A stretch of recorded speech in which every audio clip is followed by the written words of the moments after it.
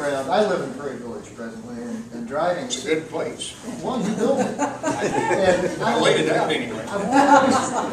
I've always wondered, it seems like all roads lead to the plaza in Kansas City.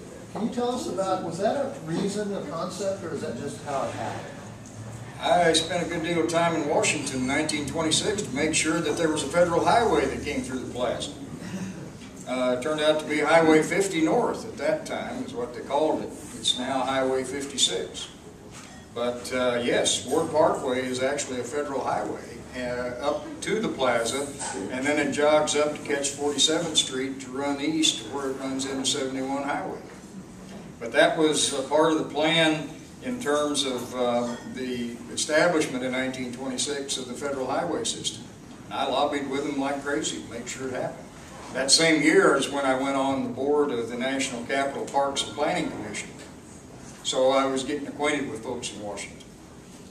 And that worked out pretty good. Yeah. Well, the local, or the smaller community shopping districts seem to be smaller, and that's why I was wondering, as the roads diagonally head toward the plaza, which is a larger shopping district. Well, the idea, certainly with the plaza, is that we wanted it to be a place people wanted to come to. And, in fact, that they couldn't avoid coming to. That was the best part. And with that, and I've read some of the studies that you've done, parking seemed to be a very important part of your commercial district. Can you tell us what your thoughts were on that? Well, we felt very strongly that for the plaza to succeed, we needed two things. We needed a captive audience, which is why we sold the apartment, or the land for the apartment buildings around the edge. But we also needed to be able to accommodate people coming to the plaza by automobile. Now remember, in the early 1920s, it was not entirely a foregone conclusion that the automobile was going to be that important. But I felt it was likely to become that, and as the highway system was developed, it was becoming more clear. So, indeed, what we did is we experimented with a number of things. At one time, we had diagonal parking on 47th Street. One time, we had parking in the middle of the street on 47th Street. And different things.